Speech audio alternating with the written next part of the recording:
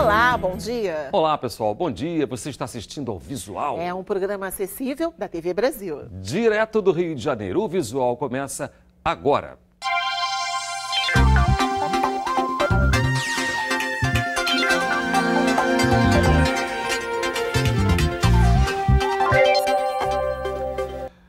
Levantamento de uma associação de defesa dos direitos do consumidor concluiu que alimentos industrializados no Brasil possuem mais gordura, sódio e açúcar do que os mesmos produtos da mesma marca vendidos na Europa. O consumo indiscriminado desses alimentos é prejudicial à saúde. Valdirene olha bem os rótulos dos alimentos. A maior preocupação dela é com a saúde.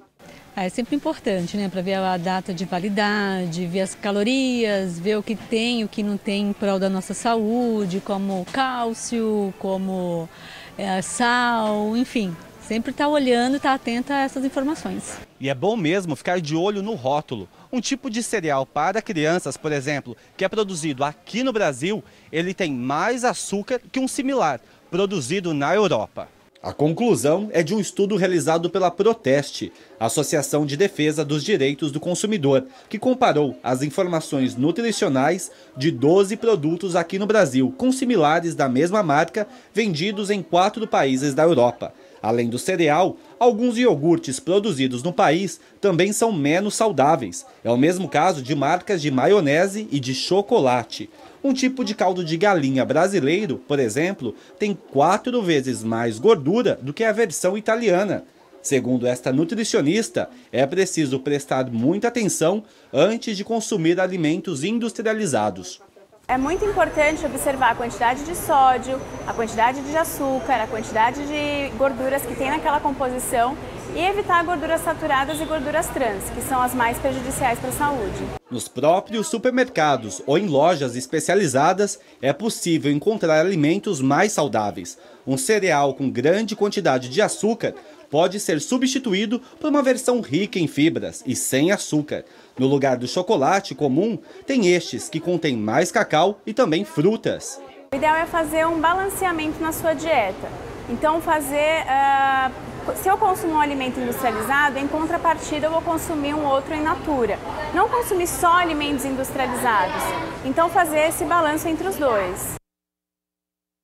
A segurança da Olimpíada do ano que vem ganhou mais um reforço. Balões equipados com câmeras vão monitorar a cidade do Rio de Janeiro durante os Jogos. A vigilância vem do céu, mais precisamente de 200 metros de altitude. 4 balões vão monitorar áreas da cidade do Rio de Janeiro, onde acontecerão os Jogos Olímpicos. Eles são chamados tecnicamente de aeróstatos de monitoramento persistente de grandes áreas e foram adquiridos pela Secretaria Extraordinária de Segurança para Grandes Eventos do Ministério da Justiça. Os equipamentos serão doados para a Polícia Militar e a Guarda Municipal do Rio de Janeiro, que podem utilizá-los antes das Olimpíadas. Os balões custaram cerca de 23,5 milhões de reais e foram desenvolvidos por uma empresa brasileira.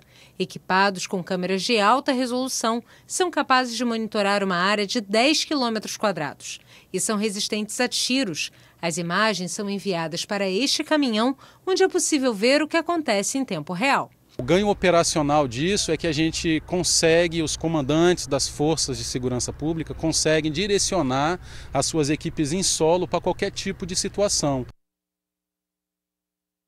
Já é tradição, não é isso? É Outubro Rosa. É verdade. A campanha lembra a importância da prevenção do câncer de mama, segundo tipo de câncer mais frequente no mundo. E apesar de também atingir os homens, a doença tem as mulheres acima de 35 anos como o principal alvo. Por isso, em todo o país, o mês é de rodas de conversas com elas e realização de exames.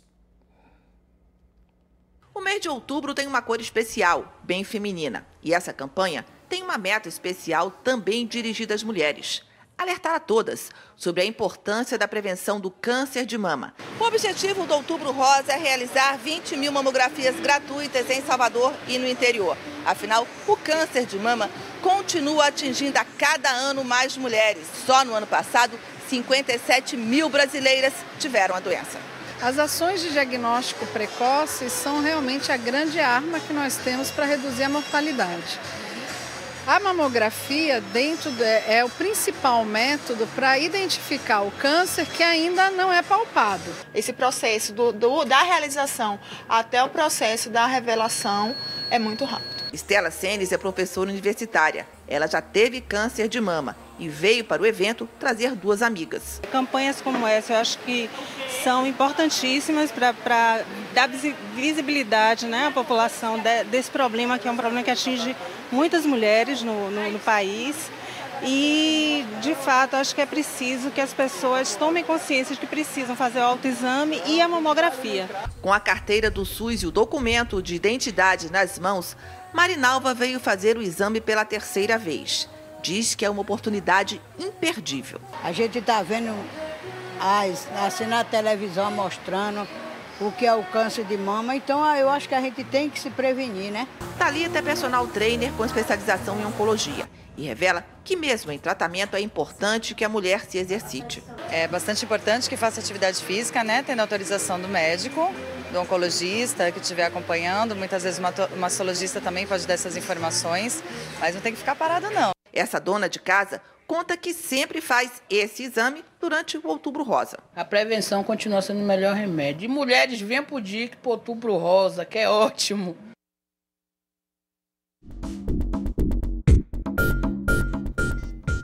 Homem,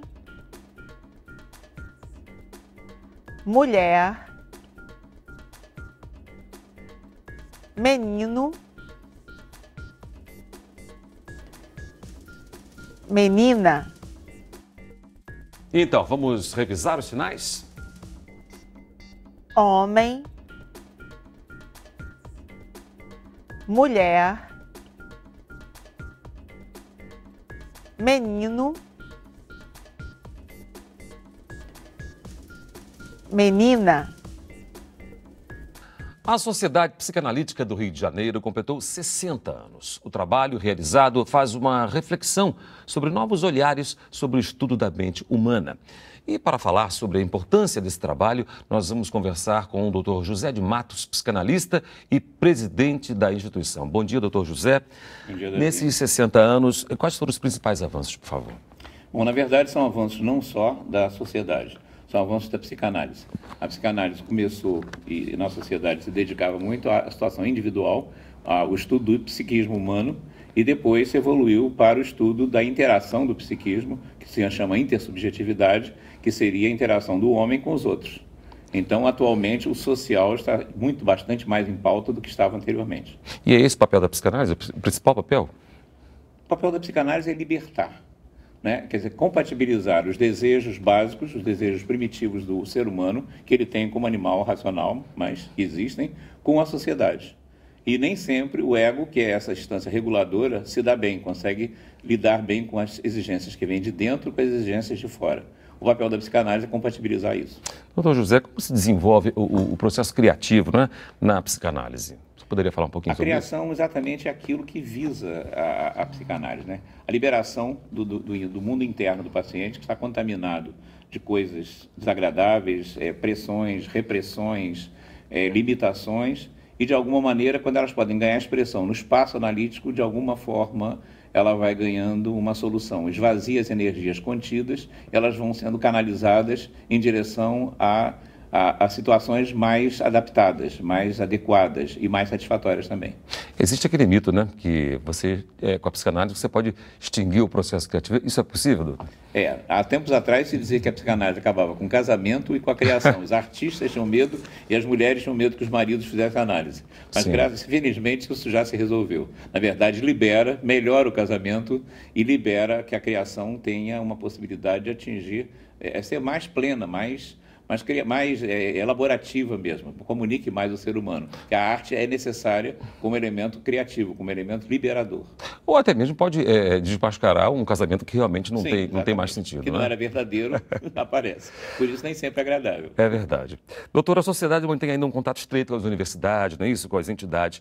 O senhor poderia falar um pouco mais sobre esse assunto? Essa é a renovação. A psicanálise clássica é ligada à instituição internacional, que é a IPA, a International Psychoanalytic Association, ela precisa se renovar. Os líderes, os pioneiros vão atingindo a idade maior, vão morrendo de alguma maneira, e a grande renovação, a nossa grande fonte, são os universitários que vão se interessar pela psicanálise e vão continuar, vão se formar e vão aderir à psicanálise. Então, o investimento da sociedade, das sociedades e da própria IPA hoje em dia se refere muito às universidades, que são muito importantes. E a saúde mental também, de alguma maneira, em termos sociais. Mas a universidade é a grande fonte dos futuros analistas, dos futuros líderes.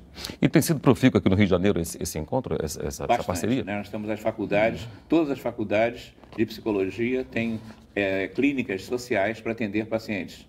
Então, essa é um treinamento inicial, um ensaio, é o aprendiz de analista. Tenho certeza. Doutor José, muito obrigado pela sua participação. Eu que agradeço. Aqui no Visual. Um prazer. Muito obrigado. Uma oportunidade excelente. Muito obrigado. E o Visual está terminando. Muito obrigada pela companhia. Tchau. Um bom dia para você e uma ótima semana.